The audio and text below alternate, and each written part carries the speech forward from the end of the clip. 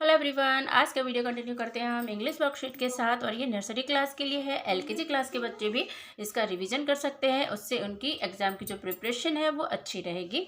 अब हर वीडियो में हम सेम टॉपिक कवर नहीं कर सकते हैं, इसलिए हर वीडियो में अलग अलग टॉपिक्स जो होते हैं वो कवर होते हैं। आप टोटल जो सिलेबस है वो बच्चों को कवर करा सकें, उनका अच्छा रिवीजन करा सकें, इसके लिए आप प्लेलिस्ट चेक कर सकते हैं नर्सरी क्लास का, एलकेजी क्लास का। तो वहाँ आपको जो सभी वीडियोस हैं वो अवेलेबल हैं और आप उनके अकॉर्डिंग बच्चों की अच्छी तैयारी करा सकते हैं, रिवीजन करा सकते हैं, जो बच्चों के एग्ज़ाम्स में, टेस्ट में हेल्पफुल रहेंगे। और वीडियो जो है वो आप पूरा देखिएगा, विदाउट स्किप किए देखिएगा, क्योंकि बहुत बार ऐसा होता है कि कुछ हेल्पफुल टिप्स होते हैं जो हम आपसे बातें करते करते शेयर करते हैं, तो आपके लिए वो हेल्पफुल रहेंगे। तो हम इसको कंटिन्यू करते हैं। सबसे पहले है circle the correct letter. Okay, आप बच्चों को इस तरह की प्रैक्टिस करा सकते हैं। इसमें है कि यहाँ पे एक राइट लेटर लिखा हुआ है, ओके, DNT, और यहाँ पे बहुत सारे लिखे हुए हैं। अब बच्चों को क्या करना है, इसमें से जहाँ पे D है बस उसको सर्कल करना है। तो आप बोलिए, इतने सारे लेटर्स दिए हुए हैं, इनमें से जो D है उसको वो सर्कल करें। इससे क्या होता है कि बच्चों का जो लेटर का आइडेंटिफिकेशन होता है वो अच्छा हो जाता है। और अगर बच्चे इसमें कंफ्यूज होते हैं तो आप कोशिश कीजिए कि उनको पूरा फुल पेज इस तरह के वर्कशीट बना के दीजिए, जिससे कि उनका जो आइडेंटिफिकेशन है वो अच्छा हो जाए। तो हम इसको कंटिन्यू करते हैं। अब यहाँ पे टी है तो बच्चे जो है इसको आइडेंटिफाई करेंगे और जो करेक्ट लेटर है उसको सर्कल कर देंगे। ओके, इससे बच्चे क्या है, जो लेटर्स होते हैं उनको बहुत ध्यान से देखते हैं, पहचानते हैं, तो उससे उनका जो रिवीजन है वो अच्छा हो जाता है। वो अल्फ़ाबेट्स को अच्छे से आइडेंटिफाई करते हैं, और अगर कहीं मिस्टेक होगी तो आपको पता चलेगा और आप बच्चों को अच्छे से रिवाइज करा सकते हैं। एन, अब यहाँ पे MHAN ये करेक्ट है, तो हम इसको सर्कल कर देंगे। हमने जस्ट सैम्पल के तौर पे जो वर्कशीट है वो तैयार की है, तो हमने बस दो दो तीन तीन ही लिए हैं। आप बच्चों को इससे थोड़ी बड़ी वर्कशीट बना के दे सकते हैं, जिससे बच्चे अच्छा रिवीजन दे सकें और आपको भी ये हो जाए कि हाँ, बच्चों को क्या क्या कंप्लीट है। क्योंकि दो तीन सवालों में बच्चे अच्छे से आप नहीं समझ पाओगे कि हाँ, बच्चों को क्या पता है, क्या नहीं पता है, क्या कंप्लीट है और क्या नहीं।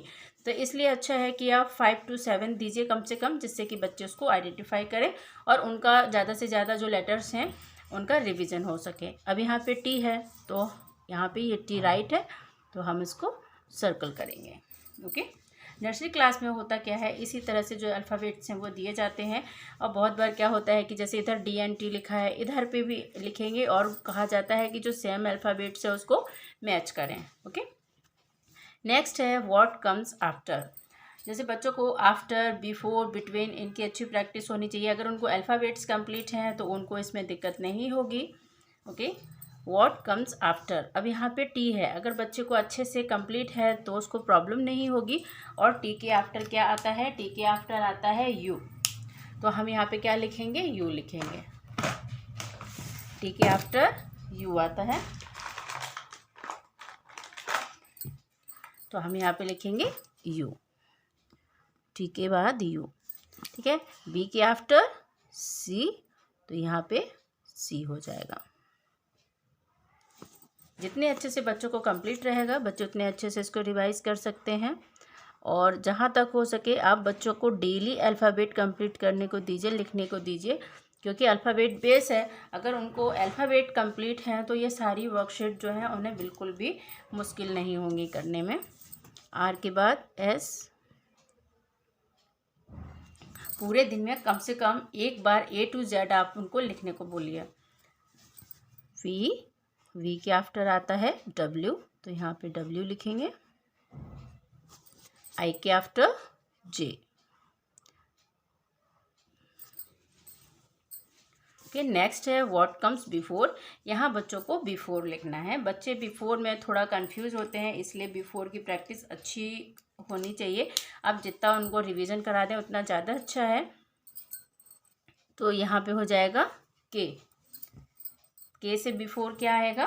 बच्चे क्या करते हैं, अल्फ़ाबेट्स को रीड करते हैं, और अल्फ़ाबेट्स को रीड करने के बाद के, तो के से जस्ट पहले क्या आ रहा है, जे आ रहा है, तो आप उनको बोलिए ऐसे लिखने के लिए।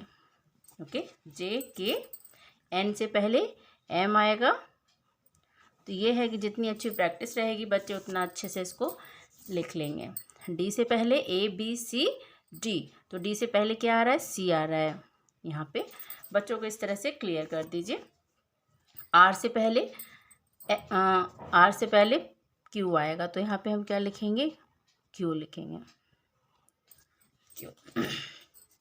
T से पहले S आएगा, ओके, बिफोर। O से पहले क्या आता है, O से बिफोर आएगा N, ओके। बच्चे जब इनको रेगुलर सॉल्व करते रहते हैं ना, तो उनको ये बहुत इजीली हो जाता है। शुरू में होता है कि उनको थोड़ी प्रॉब्लम होती है, लेकिन अगर डेली अल्फ़ाबेट्स चेंज कर करके वो इस तरह से सॉल्व कर रहे हैं, डेली अल्फ़ाबेट्स लिख रहे हैं, रीड कर रहे हैं, तो उनको ये सब धीरे धीरे कंप्लीट हो जाता है। और 1 साल इस चीज़ को, 1 ईयर जो है कंप्लीट करने के लिए काफ़ी होता है। तो कुछ प्रोसेस हैं। पहला तो अल्फ़ाबेट्स जो ट्रेसिंग होती है वो आप बच्चों को ज़रूर कराइए, इससे उनके जो हैंड राइटिंग है वो अच्छी होगी और उन्हें पता चलता है कि कितनी लाइन में क्या लिखना है, ओके। नेक्स्ट है कि आप अल्फ़ाबेट्स डेली करवाइए, पूरे दिन में जब भी उनका मन है आप बोलिए A से Z उनको लिखने को दे दीजिए। अगर वो A से Z नहीं लिख रहे हैं तो आप एक एक 2 लाइन करके जैसे A से आपने N तक दे दिया, O से आपने Z तक दे दिया, इस तरह करके छोटी छोटी में, लेकिन आप कहीं ना कहीं किसी न किसी तरह उनको रिवीजन करवा दीजिए, ओके। और जहाँ तक हो सके इस तरह की जो आफ्टर, बिटवीन, बिफोर होते हैं उनकी भी प्रैक्टिस करानी चाहिए, क्योंकि एक ही दिन में बच्चों को सब कुछ कंप्लीट नहीं कराया जा सकता है। यहाँ पे है ट्रेस करने के लिए। अब यहाँ पे लिखा हुआ है और बस इसको ट्रेस करना है। ट्रेसिंग भी बच्चों को, जो नर्सरी क्लास में होते हैं बच्चे, उनको एग्ज़ाम्स में ट्रेसिंग करने को भी दी जाती है। तो आप इस तरह से बच्चों को ट्रेसिंग करा सकते हैं। एक तो उनके एग्ज़ाम्स के लिए भी तैयारी होएगी और दूसरा उनकी हैंड राइटिंग भी अच्छी होगी और अल्फ़ाबेट्स को भी पहचानेंगे, ओके।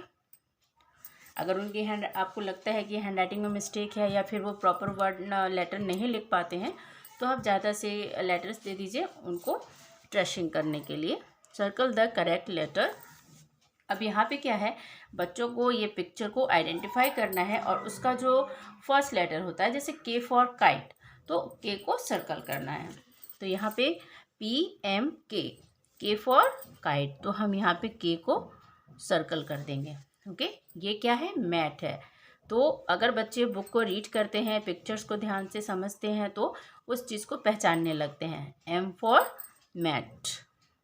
आप अगर मेरी जो वर्कशीट्स हैं उनको प्लेलिस्ट में जाके चेक करोगे नर्सरी क्लास में, और वहाँ पे एक प्लेलिस्ट बनी हुई है oral activities 3 to 5 years kids है, शायद 2 to 5 ईयर्स किड्स है, ऐसी कुछ है।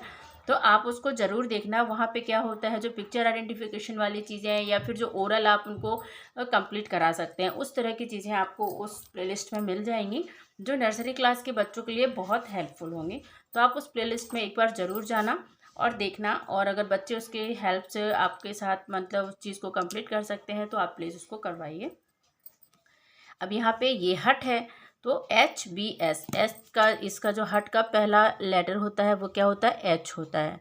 तो बच्चे क्या है, H को सर्कल कर देंगे। कैपिटल लेटर लिखा हुआ है और जस्ट उसी सेम लेटर हमें स्मॉल में लिखने हैं। तो यहाँ पे A है, तो AM H। ये भी एग्ज़ाम्स में अलग अलग तरीके से दिए जाते हैं। बहुत बार होता है कि मैचिंग के लिए होता है, वन साइड आपको कैपिटल लेटर लिखा होता है, अदर साइड आपको स्मॉल लेटर दिया होता है, मैचिंग करना होता है। बहुत बार होता है कि सर्कल करना होता है, कि आपके पास कैपिटल लेटर दिया हुआ है और आपको स्मॉल लेटर सर्कल करना है। तो जैसे कि आप डेली टू डेली हर चीज़ की प्रैक्टिस नहीं करा सकते हैं, लेकिन डे टू डे, एक दिन छोड़ के 2 दिन छोड़ के, कि आज इसकी करा दी कल उसकी करा दी, ऐसे करके। तो अगर आप जैसे वर्कशीट्स की हेल्प लेंगे, जैसे मान लीजिए हम डेली टू डेली बच्चों के लिए वर्कशीट लाते हैं, अगर आप नर्सरी क्लास की प्लेलिस्ट ओपन करोगे तो आपको वहाँ पे बहुत सारी वर्कशीट्स मिल जाएंगी। और अगर आप एक एक वर्कशीट भी डेली उनको कंप्लीट कराते हैं ना, तो उनका जो सारा सिलेबस है वो कवर हो जाएगा। क्योंकि डेली हम सेम टॉपिक्स तो, सॉरी यहाँ पे गलत हो गया, सेम टॉपिक्स तो कवर करते नहीं हैं। हर वर्कशीट में कुछ ना कुछ डिफरेंट ही रहता है, कि जो आज हमने कंप्लीट करा दिया वो कल नहीं कराएंगे, उसमें कुछ अलग रहता है। तो इससे क्या होगा ना, कि हर वर्कशीट में बच्चों का प्रॉपर तैयारी होती रहेगी। ठीक है। तो आप वहाँ जाके जो प्लेलिस्ट है वो चेक कर सकते हैं, उसके अकॉर्डिंग आप जो वर्कशीट्स हैं उनको देख सकते हैं और बच्चों की तैयारी करा सकते हैं। तो नेक्स्ट वीडियो में मिलते हैं, तब तक के लिए thank you and have a nice day. आज की जो वर्कशीट है वो कंप्लीट हो गई है। अब बच्चों को अच्छे से अच्छी जो तैयारी है वो करा सकते हैं। डेली टू डेली आपको न्यू वर्कशीट्स मिल सकती हैं मेरे प्लेलिस्ट में, तो आप जाके वहाँ चेक करना और बच्चों के अकॉर्डिंग जो प्लेलिस्ट आपको सही लगती है आप बच्चों को प्रॉपर तैयारी करा सकते हैं। नेक्स्ट वीडियो में मिलते हैं, तब तक के लिए thank you and have a nice day. और अगर आप मुझे कुछ सजेस्ट करना चाहते हैं तो कमेंट बॉक्स में कमेंट कर सकते हैं। कोई टॉपिक्स बताना चाहते हैं कि हम इस टॉपिक पे वीडियो लेके आएँ तो आप वो कमेंट कर सकते हैं, हम आपको ज़रूर उसका रिप्लाई करेंगे और जैसा आप सजेस्ट करोगे हम करने की कोशिश करेंगे।